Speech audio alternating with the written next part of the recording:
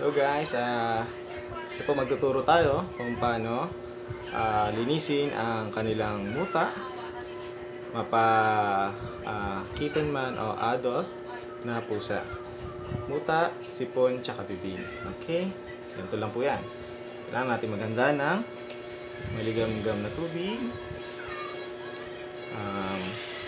bulak, at tissue.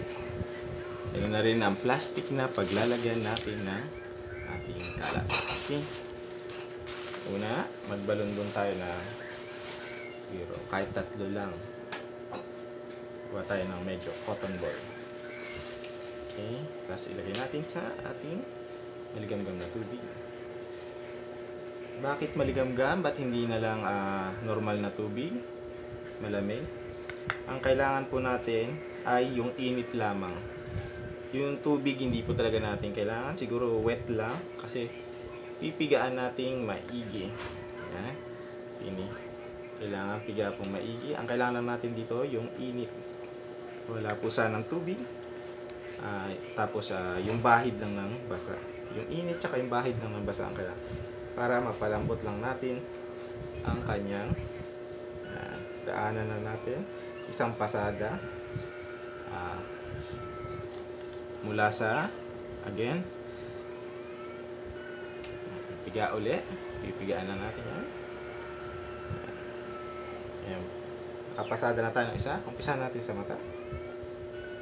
Kailangan itulak natin tong forehead niya para pumikit siya.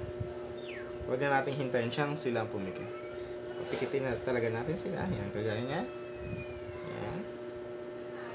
Sabi niya tama na dyan. Ayan. Ganyan po. Ayan.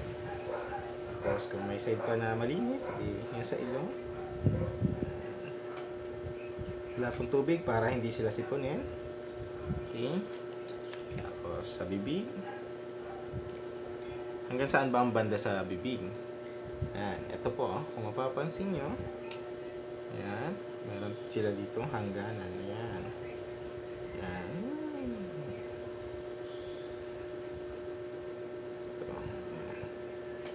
Okay, tapos tissue. Bakit kailangan natin ng tissue?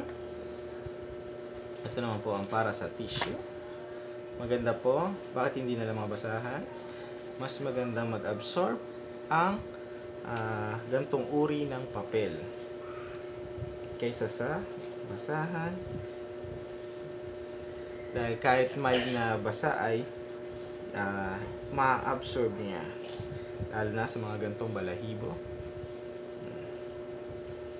Ang paglilinis po sa ng muta o sipon ng ating mga pusa ay umaga at sa kagaya ko nagtatrabaho, umaga at saka gabi.